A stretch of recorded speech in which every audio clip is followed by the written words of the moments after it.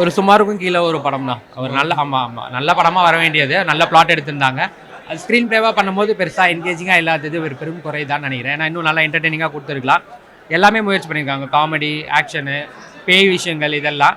அது ஏதாவது ஒரு ஜெனரை தொட்டிருந்தா மேபி ஒர்க் அவுட் ஆயிருக்குமோன்னு ஒரு ஃபீல் இருக்குது எனக்கு. ஏன்னா எல்லாத்துலேயும் போட்டு தொடணும்னு நினச்சி அதை கன்ஃபியூஸ் பண்ணிட்டாங்களோன்னு தோணுது. ஓகேவா தான் இருக்குது தலைவா. அதாவது லப்பர் பந்துக்கு அப்புறம் இதை பார்த்தீங்கன்னா ரொம்ப கம்மின்னு தான் நான் சொல்லுவேன். ஏன்னா அதில் அப்படி ஒரு பர்ஃபார்மன்ஸ் கொடுத்துருப்பாரு. இதில் அட்டகத்துக்கு அப்புறம் வர வேண்டிய ஒரு படமாக தான் நான் பார்க்குறேன். அவரோட பர்ஃபார்மன்ஸ் ஓரியன்டாக பார்த்தேன். ஸோ அப்படி பார்த்தீங்கன்னா ரொம்ப கம்மி தான். அங்கங்கே ஒர்க் அவுட் ஆயிருக்கு. அவர் இல்லாமல் இருந்ததால படம் நல்லா இருந்திருக்கும் தான் தோணும். ஆமாம், அவர் ஒரு சில இடங்கள்லாம் கட் பண்ணியா அப்படின்ற ரேஞ்சுக்கு இருந்தது. அது அவர் இல்லாமல் இருந்ததால படம் நல்லா இருந்திருக்கும். அவ்வளோதான். கண்டிப்பாக தலைவா. பல்சரை வச்சு மெயின் பிளாட் எடுக்கும் போதே தெரியலையா. பட் அது விஷுவலாக பார்க்குறப்போ பெருசாக உங்களுக்கு அது தெரியாது. அது முயற்சி பண்ணியிருக்காங்க தெரியாமல் இருக்கிறோன்னு. பட் மேபி ஸ்க்ரீன் பிளேலாம் நல்லா ரேசிங்காக இருந்தது. அது உங்களுக்கு சுத்தமாக தெரிஞ்சிருக்காது என்ன ஏதுன்னு. அது இல்லாதனால கொஞ்சம் நம்மளுக்கு லேக்காக இருக்க ஃபீல் வருது பழைய படம்ன்றது. அது அவருக்கே தெரில, எழுதும் போது இவங்களுக்கு தெரிஞ்சுதான் தெரில. நடிக்கும்போது நம்மளுக்குமே பெருசாக அது காமெடினா வில்லனான்ற ரேஞ்சில் தான் இருக்குது. யூஸ்வலாக அந்த சின்ன படங்களில் பண்ணக்கூடிய ரோல் தான். ஒரு பெரிய இம்பாக்ட் எல்லாம் கிடையாது அந்த ரோல். அவ்வளோதான், பேருக்கு போட்டிருக்காங்க மட்டும் சொல்லியிருக்காங்க. அவ்வளோதான்.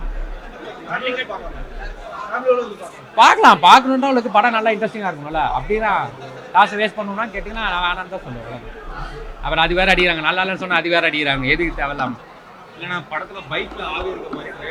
ஆமாம் தலைவா, அப்படிதான். டோரா படம் பார்த்துருக்கீங்க நயன்தாரா மேம். ஒரு நாயோட ஆவி காரில், அந்த கான்செப்ட் தான். அது ஜல்லிக்கட்டு காலை, இதை அதில் நாய், இதில் ஜல்லிக்கட்டு காலை, அவ்வளோதான் வித்தியாசம். அதெல்லாம் இல்லை படத்தை சினிமாவில் லாஜிக்கலாக இப்போ பார்க்க ஆரம்பிச்சோம். நம்ம அப்படியே பார்த்தாலும் லாஜிக்கலாக பார்க்காம இந்த படத்தை பார்க்குறாலும் நம்ம என்டர்டெயின் பண்ணதாக தான் பார்க்கணும்.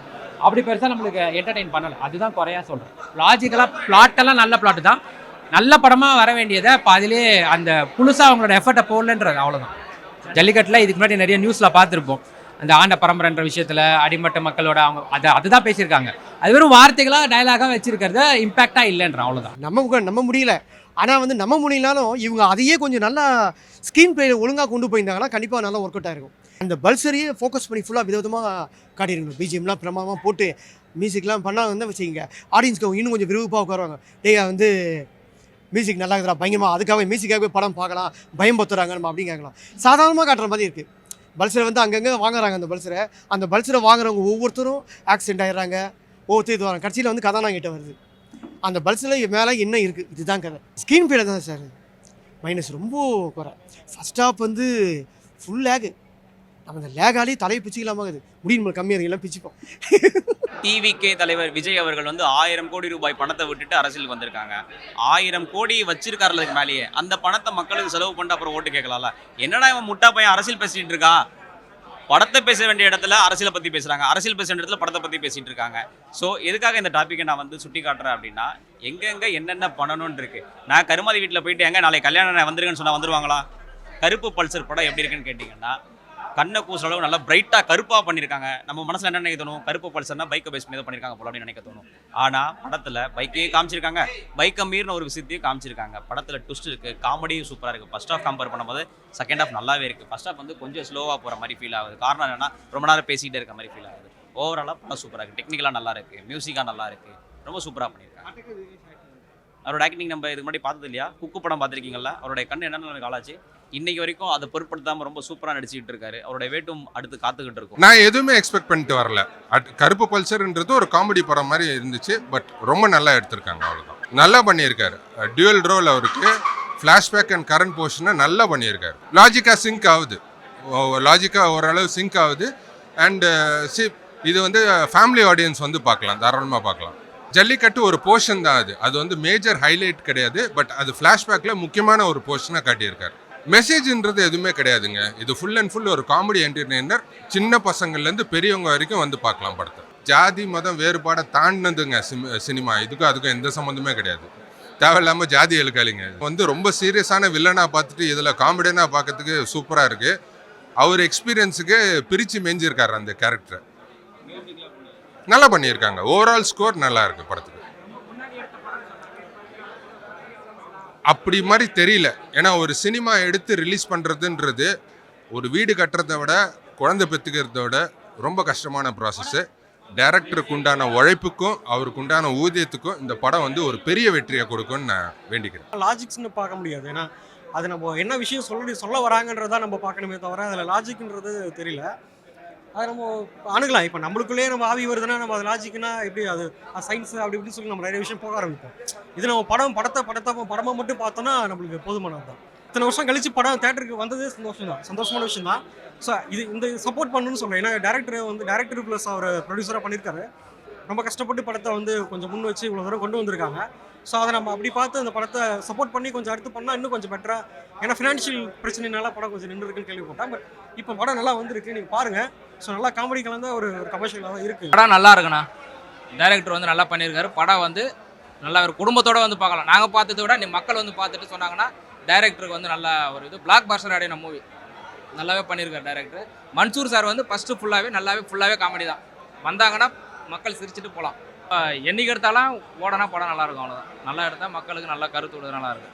தினேஷ் சார் நல்லா பண்ணியிருக்காரு. டபுள் ஆக்ஷன்லாம் நல்லா பண்ணியிருக்காரு. வாடி வாசல் நல்லா இருக்கும், மூவி நல்லா இருக்கும். டபுள் ஆக்ஷன் வேறு லெவலில் பண்ணியிருக்காரு, நல்லாவே பண்ணியிருக்காரு. வாடி வாசல் ஜல்லிக்கட்டு நல்லா பண்ணியிருக்காங்க. அது கிராஃபிக்ஸோ ரியலோ நல்லா இருக்குது, சூப்பராக இருக்குது. குடும்பத்தோடு வந்து பார்க்கலாம். செகண்ட் ஹாஃப் வந்து மதுரை நடக்கிற மாதிரி தான் காட்டுறாங்க. ஜல்லிக்கட்டு மையமாக வச்சு தான் எடுத்திருக்காங்க. ஜல்லிக்கட்டு பிரமாதமாக காட்டல. அந்த ஜல்லிக்கட்டை யாரை அடக்குறாங்களோ அவங்களுக்கு வந்து கருப்பு பல்சர் ஃப்ரீயாக தரேன்ற வில்லன். அந்த மாட்டை அடக்குனாங்களா இல்லையா கதை தான். அது அந்த சீன் வரல அதில். அதாவது கண்டென்ட்டை புதுசாக எடுத்துகிட்டு முடிக்க தெரியாமல் முடிக்கிறாரு படத்தை. இது நம்ம யார் வந்து சினிமா அனுபவம் இல்லாதவங்க படத்தை பார்த்தா கூட ஈஸியாக கண்டுபிடிச்சிருவாங்க.